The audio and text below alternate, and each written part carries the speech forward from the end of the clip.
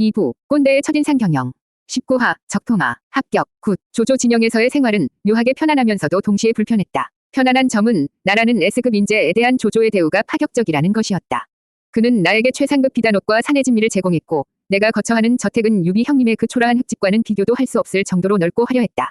무엇보다 그는 나에게 간섭하지 않았다. 내가 형수님들을 모시고 외부와의 접촉을 최소화하며 지내는 것을 그는 그저 묵묵히 지켜볼 뿐이었다.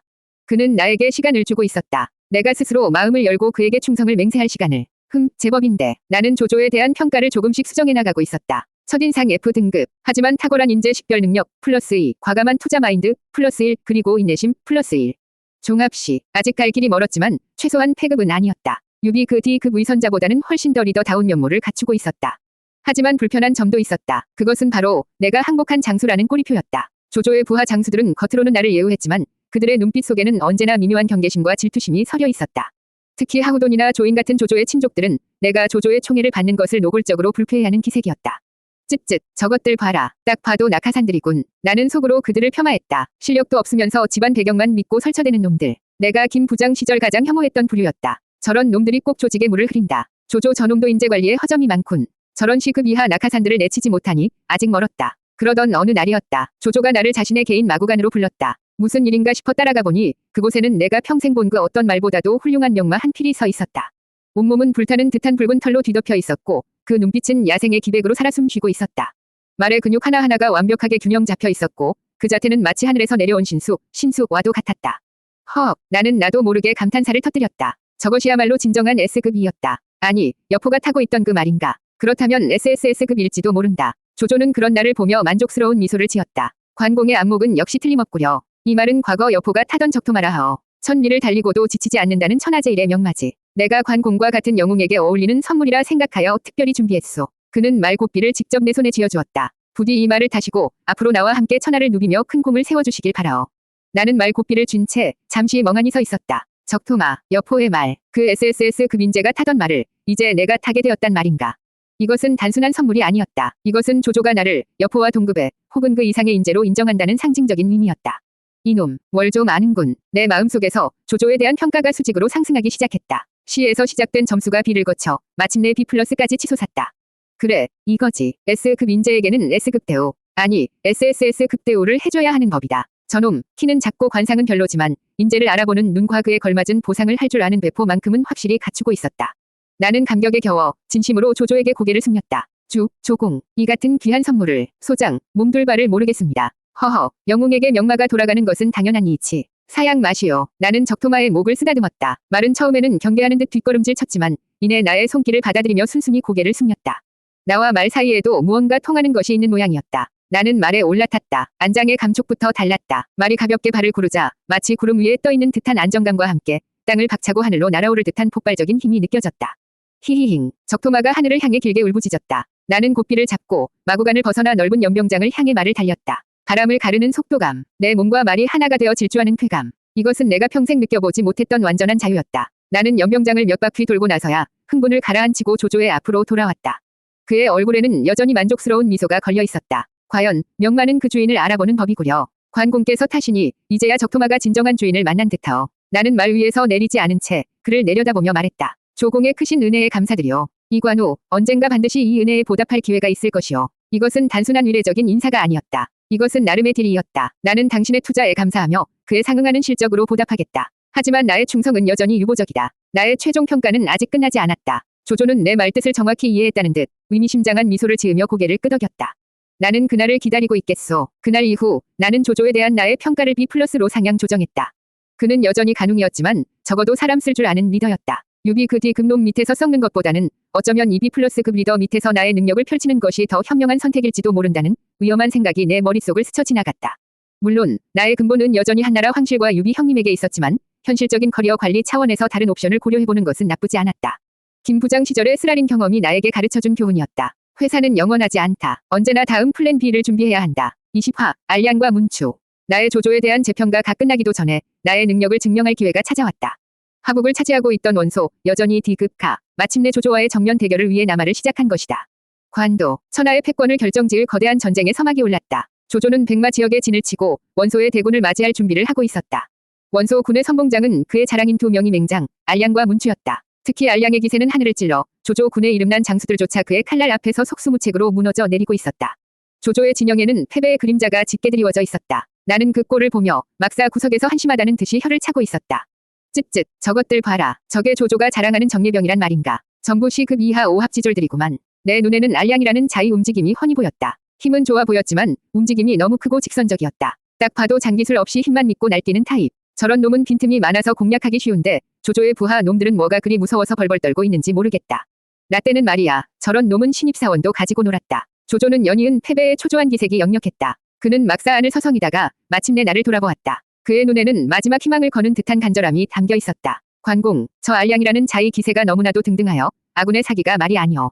혹시 관공께서 저자를 상대해 주실 수 있겠소? 올 것이 왔군. 나는 속으로 쾌재를 불렀다. 하지만 겉으로는 최대한 겸손하고 진중한 표정을 지었다. 조공께서 명하신다면 소장 마땅히 따를 뿐입니다. 다만 나는 잠시 말을 끊고 그의 반응을 살폈다. 제가 만약 저 자의 목을 벤다면 그것은 조공을 위한 것이 아니라 과거 저에게 베풀어 주신 은혜에 대한 작은 보답일 뿐임을 알아주셨으면 합니다. 저의 마음은 여전히 떠나가신 형님 유비께 향해 있음을.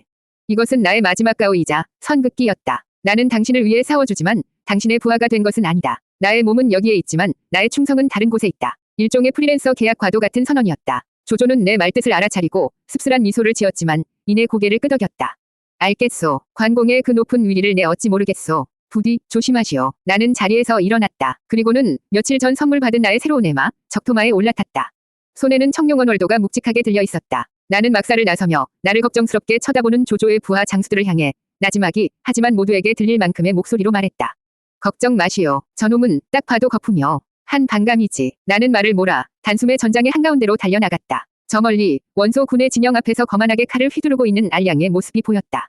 그의 주변에는 조조군 장수들의 시체가 산처럼 쌓여 있었다. 그는 자신의 힘에 완전히 도취되어 주변을 경계하는 것조차 잊은 듯 보였다.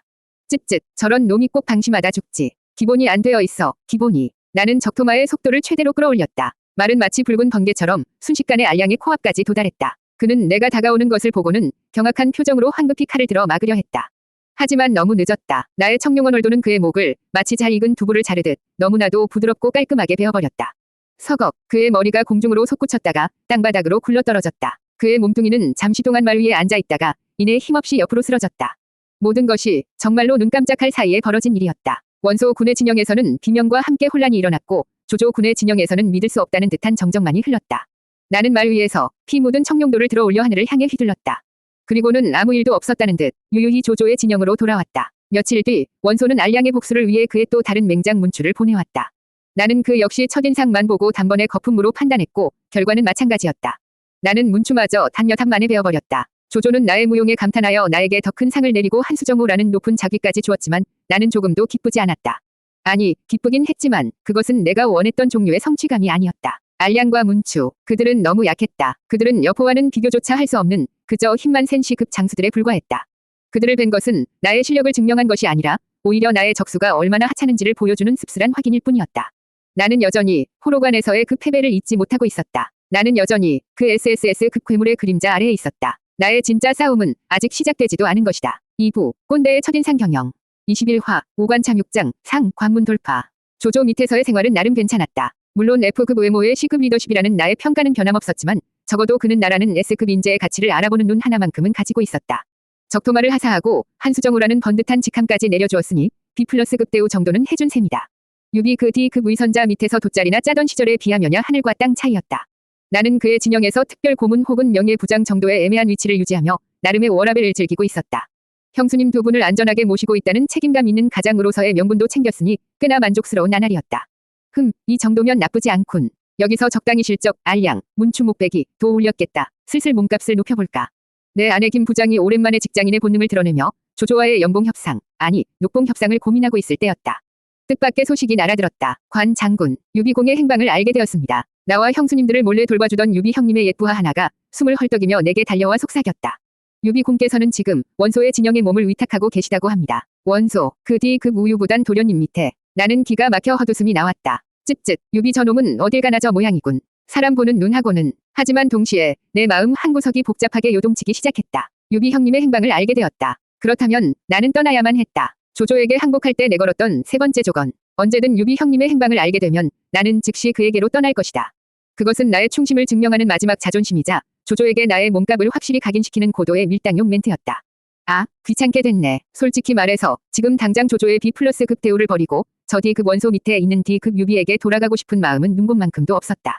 하지만 어쩌겠는가. 내뱉은 말이 있었다. 선비 위 체면, S급 인재 위 품격. 약속은 지켜야 했다. 여기서 내가 말을 바꾸면 나는 졸지에 근본 없는 배신자로 낙인 찍힐 터였다.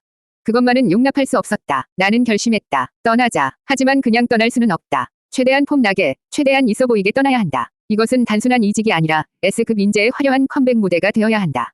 나는 먼저 조조에게 하직 인사를 고하기 위해 그의 처소를 찾아갔다. 하지만 조조 그 F급 간웅놈은 나의 의도를 미리 눈치채고 병을 핑계로 만나주지 않았다. 나를 붙잡아두려는 속셈이 뻔히 보였다. 어허, 이놈 봐라. 윗사람이 면담을 요청하는데 감히 거절을 해. 예의가 없네, 예의가. 나는 불쾌했지만 어쩔 수 없었다. 정식 퇴사 절차는 물 건너갔다. 그렇다면 남은 것은 하나, 무단결근 후 잠수 이별뿐이다. 김 부장 시절 내가 가장 혐오했던 부류의 퇴사 방식이었지만 지금은 어쩔 수 없었다. 모든 것은 저 F급 조조 놈이 자초한 일이다. 나는 내가 조조에게서 받은 모든 금은보화와 비단들을 창고에 그대로 쌓아두었다. 그리고 한수정우의 인수는 책상 위에 보란듯이 올려놓았다. S급 인재는 떠날 때도 깔끔해야 하는 법이다. 마지막으로 나는 조조에게 짧은 편지 한 통을 남겼다. 그동안의 후위에 감사드려. 허나위 형제를 저버릴 수 없어 떠나오니 부디 소인의 충절을 헤아려 주시길 바라오. 최대한 정중하지만 단호하게. 이것이 바로 S급의 품격이다. 모든 준비를 마친 나는 이른 새벽 형수님 두 분을 모신 수레와 함께 조용히 허도를 빠져나왔다. 물론 나의 에마 적토마와 청룡원 홀도도 잊지 않았다. 이건 조조가 준 선물이 아니라 나의 실적에 대한 정당한 인센티브였으니까. 이건 챙겨가도 된다. 우리는 북쪽을 향해 말을 달렸다. 유비 형님이 있다는 원소의 영지를 향해. 하지만 우리의 여정은 시작부터 삐걱거렸다. 첫 번째 관문인 동령관에 다다랐을 때였다. 멈추시오. 어디서 온 누구인데 감히 통행증도 없이 관문을 통과하려 하시오. 관문을 지키던 장수 하나가 창을 가로막으며 거만하게 외쳤다. 그의 얼굴을 보니 딱 봐도 시급 이하 말단 관리의 상이었다. 눈빛에는 아집만 가득하고 목소리에는 책임감 대신 권위 의식만 잔뜩 묻어 있었다. 쯧쯧, 저런 놈이 꼭 완장 차면 설치지. 나는 말 위에서 그를 한심하다는 듯이 내려다보며 최대한 위험 있는 목소리로 말했다. 나는 한수정우 관우다. 급한 용무가 있어 북으로 가는 길이니 길을 비켜라. 나의 직함과 이름을 듣고도 놈은 눈 하나 깜짝하지 않았다. 오히려 비웃는 듯한 표정을 지으며 말했다. 한수정우, 금시초문인데 승상, 조조, 위 통행증이 없으면 황제 폐하의 숙부라 해도 이곳을 지날 수 없소. 이것이 법도요. 법도. 이놈이 지금 감히 누구 앞에서 법도를 논하는가. 나는 속으로 끓어오르는 분노를 간신히 억눌렀다. 나 때는 말이야. 저런 하급 직원이 감히 부장의 앞길을 막는다는 것은 상상도 할 수 없는 일이었다. 조직의 기강이 땅에 떨어졌구나. 조조 저놈, 인재 관리는 잘하는 줄 알았더니 아래 것들 교육은 영 엉망이로군. 나는 마지막으로 한 번 더 어른으로서 타이르기로 했다. 여봐라, 관문지기. 나는 지금 승상의 명을 받아 움직이는 것이 아니다. 나는 나 관우의 길을 가는 것이다. 자네가 지금 맡고 있는 것은 단순한 나그네가 아니라 거스를 수 없는 대위의 흐름이란 말이다. 자네 같은 말단이 함부로 판단하고 막아설 문제가 아니란 뜻이다. 알겠는가? 어서 문을 열어. 내가 가야 할 길을 터주는 것이 자네가 해야 할 일이자 조직 전체의 효율성을 높이는 길이다. 나는 최대한 점잖게 조직 생활의 기본 원리와 업무 효율성에 대해 설명해 주었다. 저 무지한 놈도 이 정도 말은 알아들으리라 생각했다. 하지만 놈은 내 말을 귓등으로도 듣지 않았다. 헛소리 집어치우시오. 승상의 통행증을 가져오지 않으면 절대로 비켜줄 수 없소. 어서 썩 물러가지 않으면 무력으로 제압할 수밖에 없소. 그는 창을 고쳐 잡으며 오히려 나를 협박하기 시작했다. 나는 더 이상 참을 수가 없었다. 이 싹수노란 놈이 22화 5관참 6장 하 K 꼰대식 해결. 내 인내심은 바닥났다. 저 시급 이하 말단 놈은 좋게 말로 해서는 알아들을 위인이 아니었다. 그는 지금 명백히 월권 행위를 하고 있었다. 감히 일개 관문지기가 승상의 총애를 받는 편장군이자 한수정우인 나의 앞길을 가로막고 심지어 협박까지 해. 이것은 단순한 의견 충돌이 아니었다. 이것은 조직의 위계 질서를 무너뜨리는 심각한 하극상이었다. 기강회의가 심각하군. 나는 혀를 찼다. 조조 저놈 밑에 조직 문화가 이 모양이니 저런 근본 없는 놈들이 설치고 다니는 것이다. 내가 오늘 저놈에게 조직 생활의 무서움을, 윗사람을 공경하는 법을 제대로 가르쳐줘야겠다. 이것은 사적인 감정이 아니었다. 이것은 조직의 기강을 바로 세우기 위한 어쩔 수 없는 징계 조치였다. 나는 말 위에서 청룡원 얼도를 천천히 들어 올렸다. 서늘한 칼날이 아침 햇빛을 받아 번뜩였다. 관문지기의 얼굴에 그제야 당혹감과 함께 희미한 공포의 빛이 떠올랐다. 마지막으로 경고한다. 나는 최대한 낮고 위협적인 목소리로 말했다. 이것은 김 부장 시절 사고 친부하 직원을 인사위원회에 넘기기 직전에 하던 마지막 통첩과 같은 것이었다. 길을 비켜라. 그러면 목숨만은 살려주마. 하지만 놈은 끝까지 어리석었다. 그는 나의 경고를 허세로 받아들인 모양이었다. 그는 오히려 창을 고쳐잡고 나를 향해 달려들 기세를 보였다. 네 이놈, 여기가 어디라고 감히 무기를. 서걱. 나의 청룡도는 그의 말이 채 끝나기도 전에 그의 목을 너무나도 쉽고 부드럽게 베어버렸다. 마치 잘 익은 과일이 가지에서 떨어지듯 그의 머리가 땅바닥으로 굴러떨어졌다. 그의 몸뚱이는 잠시 동안 서 있다가 이내 힘없이 앞으로 고꾸라졌다. 주변에 있던 다른 병사들은 비명을 지르며 얼어붙었다. 나는 피 묻은 칼날을 옷자락에 쓱 닦으며 그들을 향해 차갑게 말했다. 보았느냐? 이것이 바로 분수를 모르고 윗사람에게 함부로 대든 자의 말로다. 너희는 저놈처럼 되지 않으려거든 항상 자신의 위치를 알고 예의를 갖추도록 해라. 알겠느냐? 병사들은 공포에 질려 고개만 끄덕일 뿐이었다. 나는 만족스러웠다. 그래, 이래야 기강이 서지. 말로 해서 안 들으면 보여주는 수밖에 없다. 나 때는 말이야. 저런 놈들은 그 자리에서 이미 죽였지. 나는 동명관의 문을 열게 하고 유유히 관문을 통과했다. 나의 K꼰대식 해결은 성공적이었다. 하지만 나의 시련은 이제 시작일 뿐이었다. 두 번째 관문인 낙양에 도착하자 태수 한복이라는 자가 또 길을 막아섰다. 그는 동명관에서의 소식을 들었는지 처음부터 군사들을 매복시키고 나를 죽이려 들었다. 어허, 이놈 봐라. 미리 보고도 안 하고 독단적으로 행동해. 조직의 시스템을 무시하는군. 싹수가 노랗다. 나는 매복병들을 가볍게 돌파하고 활을 쏘려던 한복의 팔을 베어버렸다. 죽이지는 않았다. 팔 하나 정도 잘리는 것으로 보고 체계의 중요성을 깨닫게 해주면 충분했다. 일종의 감봉 조치였다. 세 번째 사수관에서는 변이라는 자가 나를 절로 유인하여 밤에 죽이려 했다. 쯧쯧, 잔머리만 굴리는 놈. 정정당당하게 덤빌 것이지. 비겁하게 암살이라니. 근본이 없어. 근본이. 나는 그의 계략을 간파하고 그가 술에 약을 타는 순간 그의 목을 베었다. 비리 행위는 즉결 처분이 마땅하다. 네 번째 형량에서는 왕식이라는 자가 역관에 불을 질러 나를 태워 죽이려 했다. 저런 안전 불감증 같으니라고. 소방시설 점검도 제대로 안 하고 불을 지르다니. 저러다 자기까지 타 죽으면 어쩌려고. 생각이 없어. 생각이. 나는 불길 속에서 그를 찾아내 안전규정 위반으로 목을 베었다. 마지막 다섯 번째 황하 나루터에서는 징기라는 자가 배를 내어주지 않고 길을 막아섰다. 그는 심지어 나를 승상을 배신한 놈이라며 욕설까지 퍼부었다. 이놈이 진짜 선 넘네. 나는 더 이상 참지 않았다. 그는 상관 모욕죄에 해당했다. 이런 놈은 일벌백계로 다스려야 한다. 나는 단칼에 그의 몸을 두 동강 내버렸다. 이것은 해고였다. 그렇게 나는 5개의 관문을 통과하며 6명이 근본 없는 장수들을 징계했다. 나는 조금의 죄책감도 느끼지 않았다. 오히려 썩어빠진 조직의 기강을 바로 세우고 업무 효율성을 높였다는 뿌듯함마저 느껴졌다. 이것이야말로 진정한 리더의 역할이 아니겠는가. 나는 피 묻은 청룡도를 들고 황하 너머 아득한 북쪽 땅을 바라보았다. 이제 곧 유비 형님을 만날 수 있을 터였다. 그리고 나는 그에게 내가 얼마나 훌륭하게 조직 관리 능력을 발휘했는지 자랑스럽게 보고할 생각이었다. 물론 그 뒤 그 위선자가 나의 이 깊은 뜻을 제대로 이해할지는 의문이었지만. 2부 꼰대의 첫인상 경영 23화 고성 장비와의 재회. 황하를 건너 북쪽 땅에 발을 디뎠을 때 나는 비로소 한숨을 돌릴 수 있었다. 5관 잠육장 나의 K 꼰대식 조직 관리는 성공적이었다. 비록 6명이 근본 없는 놈들의 목을 베어야 했지만 덕분에 나의 길은 순탄하게 열렸다. 이것이 바로 일벌백계의 효과다. 역시 조직은 기강이 바로 서야 돌아가는 법이다. 조조 밑에 놈들은 이번 일로 많은 것을 배웠을 터였다. 나는 유비 형님이 원소 밑에 있다는 소식을 따라 북쪽으로 향했다. 가는 길 내내 나는 나의 업적을 되새기며 뿌듯함에 젖어 있었다. 나는 단순히 도망친 것이 아니었다. 나는 나의 S급 가치를 증명했고 동시에 조조 조직의 문제점까지 진단하고 해결책, 물리까지 제시해주었다. 이 정도면 컨설팅 비용이라도 받아야 마땅한 일 아닌가. 며칠 후 나는 마침내 관도 근처의 고성이라는 작은 성에 도착했다. 이곳에서 장비 아우가 군사를 이끌고 주둔하고 있다는 소식을 들었기 때문이다. 나는 내심 반가운 마음으로 성문을 향해 다가갔다. 비록 F급 멧돼지 놈이지만 그래도 같은 팀원 아닌가. 오랜만에 만나면 그간의 업무 실적에 대해 이야기라도 나눠야지. 내가 이번에 얼마나 대단한 성과를 올렸는지 자랑도 좀 하고. 성벽 위에는 과연 덥수룩한 수염을 휘날리며 장비 아우가 서 있었다. 그런데 그의 표정이 이상했다. 반가움은커녕 나를 향한 노골적인 적애와 불신만이 가득했다. 뭐지? 내가 뭘 잘못했나? 익더가 나다. 둘째 형님이다. 나는 애써 반가운 척 손을 흔들며 외쳤다. 하지만 성벽 위에서 돌아온 것은 내 귀를 의심하게 만드는 호통이었다. 이 배신자 놈. 무슨 낯짝으로 여기까지 왔느냐. 배신자. 이놈이 지금 뭐라고 짓거리는 건가. 나는 황당함에 말문이 막혔다. 내가 배신자라고. 내가. 이 관우가. 내가 누구인데. 조조의 그 파격적인 스카우트에 B+ 급대우 마저 뿌리치고 오직 형제간의 위리와 선비의 체면을 지키기 위해 이 험한 길을 달려온 나에게 감히 배신자라니.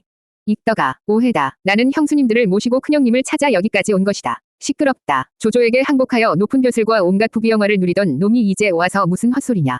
필시 나를 잡으러 온 조조의 앞잡이일 테지. 당장 돌아가지 않으면 내 놈의 목에 창을 박아주마. 나는 분노로 온몸이 떨려왔다. 저 F급 멧돼지 놈이. 감히 형님, 나을 몰라보고 이따위 망발을 짓걸려. 내가 조조 밑에서 편하게 있었다고. 내가 어떤 지옥을 견디며 형수님들을 지키고 어떻게 이 5 관문을 돌파해 여기까지 왔는데.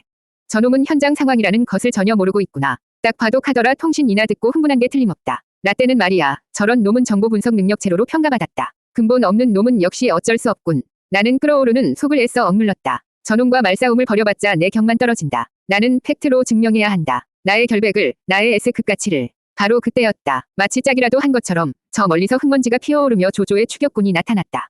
선두의 선 장수는 하우돈의 부장이라는 체양이었다. 딱 봐도 C급 이하 졸개였다. 그것을 본 장비가 성벽 위에서 비웃으며 외쳤다. 거부하라. 내 놈의 동료들이 오지 않았느냐. 좋다. 내 놈의 말을 믿고 싶다면 증명해 보여라. 내가 저 성 위에서 북을 3번 울리는 동안 저 장소에 목을 베어온다면 너를 형제로 다시 받아주겠다. 하, 이놈이 지금 나를 시험해. 감히 아우 놈이 형님에게. 기가 막혔지만 동시에 좋은 기회이기도 했다. 저 F급 아우 놈에게 그리고 저 C급 졸개 놈에게 나의 클래스를 확실하게 보여줄 수 있는 기회. 좋다. 나는 청룡도를 고쳐 잡았다. 적토마가 주인의 의지를 알아차리고 앞발을 들며 울부짖었다. 둥. 첫 번째 북소리가 울리자마자 나는 번개처럼 뛰쳐나갔다. 최양놈이 뭐라고 소리치려 했지만 나는 들을 필요도 없었다. 서걱. 단칼이었다. 북소리가 채 2번 울리기도 전에 그의 목은 이미 땅바닥에 굴러떨어지고 있었다. 너무나도 싱거운 승부였다. 역시 C급은 C급일 뿐이다. 성벽 위에서 그 광경을 지켜보던 장비의 입이 떡 벌어지는 것이 보였다. 나는 말 위에서 피 묻은 칼끝으로 그를 가리키며 최대한 위험 있는 목소리로 외쳤다. 물론 속으로만. 보았느냐, 이 F급 놈아. 이것이 바로 S급의 실력이다. 앞으로는 형님에게 함부로 대들지 마라. 알겠느냐. 성문이 열리고 장비가 미친 듯이 달려내려왔다. 그는 내 앞에 무릎을 꿇고 통곡했다. 형님, 이 아우가 어리석었습니다. 형님의 깊은 뜻도 모르고 저를 죽여주십시오. 나는 말에서 내려 그의 어깨를 두드려 주었다. 됐다, 아우야. 사내놈이 뭘 그런 거 가지고 질질 짜느냐. 일어나거라. 나는 최대한 쿨하게 용서하는 모습을 보여주었다. 이것이 바로 대인배 위풍모, S급 리더 위아량이다. 물론 속으로는 내 이놈, 나중에 제대로 기강 한번 잡아야겠다고 다짐했지만 우리는 그렇게 약간의 오해와 폭력 끝에 감격적인 재회를 했다. 하지만 나는 여전히 찝찝함을 감출 수 없었다. 감히 아우 놈에게 의심을 받다니. 이것은 명백히 나의 첫인상 경영에 심각한 오점을 남긴 사건이었다. 24화, 와룡, 봉추. 그게 누군데. 장비와의 오해를 풀고 고성에 머무른 지 며칠이 지났을 때 마침내 꿈에 그리던 소식이 들려왔다. 유비 형님께서 원소의 진영을 떠나 이곳으로 오고 있다는 것이었다. 나는 한달음에 성문 밖으로 달려나가 저 멀리서 다가오는 초라한 행렬을 맞이했다. 형님, 말에서 내린 유비 형님은 몇 년 사이에 퍽 늙어 보였다. 그의 얼굴에는 그간의 고생과 시름이 깊게 패어 있었다. 하지만 그의 눈빛만은 여전히 사람을 끌어당기는 그 특유의 온화함과 깊이를 잃지 않고 있었다. 나는 오랜만에 만난 형님의 모습에 나도 모르게 가슴이 뭉클해지는 것을 느꼈다. 물론 아주 잠깐이었다. 그는 여전히 D급 의선자라는 나의 평가는 변함없었다. 운장, 익덕, 무사했구나. 정말 다행이다. 우리 삼형제는 서로를 부둥켜 안고 한동안 말을 잇지 못했다. 비록 시작은 불순했고 서로에 대한 평가는 박했지만 그간 함께 겪었던 수많은 죽을 고비들은 우리를 단순한 동료 이상으로 만들어 놓았다. 우리는 이제 좋든 싫든 한 배를 탄 운명 공동체였다. 그날 밤 우리는 작은 방 안에 모여 앉아 그간의 회포를 풀었다. 유비 형님은 원소 밑에서 겪었던 서름과 천신만고 끝에 그곳을 탈출해 우리를 찾아오기까지의 여정을 담담하게 이야기했다. 나는 그의 이야기를 들으며 속으로 혀를 찼다. 쯧쯧, 내가 뭘 했어. 원소 저놈은 D급이라고 했잖아. 저런 놈 밑에 있었으니 고생만 한 거지. 진작에 내 말을 들었어야 했는데. 한참 이야기가 무르익었을 때 유비 형님이 갑자기 무언가 생각났다는 듯이 눈을 빛내며 말했다. 아우님들, 내가 오는 길에 아주 기이한 인연을 만났소. 그는 서서라는 이름의 젊은 선비에 대한 이야기를 꺼내놓았다. 그는 우연히 만난 서서의 도움으로 원소의 추격을 따돌릴 수 있었고 서서는 뛰어난 지략으로 조조의 부장 조인마저 물리치는 놀라운 능력을 보여주었다는 것이다. 하지만 안타깝게도 조조의 관계에 빠져 그의 어머니가 인질로 잡히는 바람에 서서는 눈물을 머금고 조조에게로 떠나가야만 했소. 나는 속으로 F급 조조놈, 여전히 잔머리만 굴리는군이라고 혀를 찼다. 그런데 말이요. 유비 형님의 목소리가 다시 밝아졌다. 서서가 떠나면서 나에게 2명의 인물을 청거해 주었소. 그는 말하기를 이 2사람 중 단 한 명이라도 얻는다면 능히 천하를 도모할 수 있을 것이라 했소. 나는 귀가 솔깃해졌다. 서서라는 자가 누군지는 모르겠지만 조인을 물리칠 정도의 실력자라면 그의 추천 역시 허투루 들을 것은 아니었다. 혹시 내가 아직 발견하지 못한 숨겨진 A급 인재라도 있는 것인가? 그들이 누구요? 형님. 장비가 참지 못하고 물었다. 유비 형님은 신비로운 표정을 지으며 나지막이 2개의 이름을 읊었다. 한 사람은 봉룡, 와룡 선생이라 불리는 제갈공룡이라는 젊은이요. 다른 한 사람은 봉추, 방통이라는 기제라 하어. 와룡, 봉추, 용, 봉왕. 나는 미간을 찌푸렸다. 이름 한번 거창하군. 하지만 내 귀에는 그저 들어본 적도 없는 생소한 이름일 뿐이었다. 제갈공룡, 방통. 그게 누군데? 김 부장의 데이터베이스에는 없는 인물들이었다. 하긴 내가 조조 밑에 있을 때 그쪽 진영의 인물들 정보만 팠으니 형주 땅의 시골 선비들까지 알 턱이 없었다. 나는 즉시 나의 첫인상 필터를 가동했다. 와룡, 엎드린 용. 딱 봐도 게으르고 행동력 없는 책상물림 타입이다. 봉추, 어린 봉왕. 이름에서부터 신임 냄새가 풀풀 난다. 경험도 없는 애송이가 뭘 알겠는가. 불합격. 나는 만나보지도 않고 그들에게 가차없이 F등급을 매겼다. 나는 유비 형님을 한심하다는 듯이 쳐다보았다. 형님, 서서라는 자가 누군지는 모르겠으나 어찌하여 얼굴 한번 본 적 없는 자들의 말만 믿고 이리 호들갑이십니까? 이름만 번지르르한 놈들 치고 제대로 된 놈 못 봤습니다. 용인이 봉황이니 하는 것들은 다 허상일 뿐입니다. 나는 내 자신을 가리켰다. 지금 형님 곁에는 이 관우와 익덕아우가 있지 않습니까? 이미 검증된 S급과 F급이지만 쓸모는 있는 인재들이 있는데 어찌하여 검증되지도 않은 신입들에게 눈을 돌리시는 겁니까? 경력직을 중용하셔야 조직이 안정되는 법입니다. 라떼는 말이야. 내가 또다시 라떼 타령을 시작하려 하자 유비 형님이 손을 들어 나를 제지했다. 그의 얼굴에는 서운함과 함께 나를 이해하지 못하겠다는 답답함이 서려 있었다. 운장, 그대의 충심은 알겠으나 세상은 넓고 숨은 인재는 많은 법이오. 서서의 안목을 믿어봅시다. 나는 반드시 이 두 사람을 찾아내어 우리의 대업에 동참시킬 것이오. 나는 더 이상 아무 말도 하지 않았다. 유비 저놈, 또 귀가 얇아져서 사기꾼 같은 놈들에게 속아 넘어갈 게 뻔했다. 내가 옆에서 정신 똑바로 차리고 감시해야겠다. 어디 감히 신임놈들이 부장, 나 앞에서. 나는 속으로 투덜거리며 와룡과 봉추라는 그 싹수노란 이름들을 기억해두었다. 언젠가 만나게 되면 내가 직접 그들의 근본을 철저하게 검증해주리라.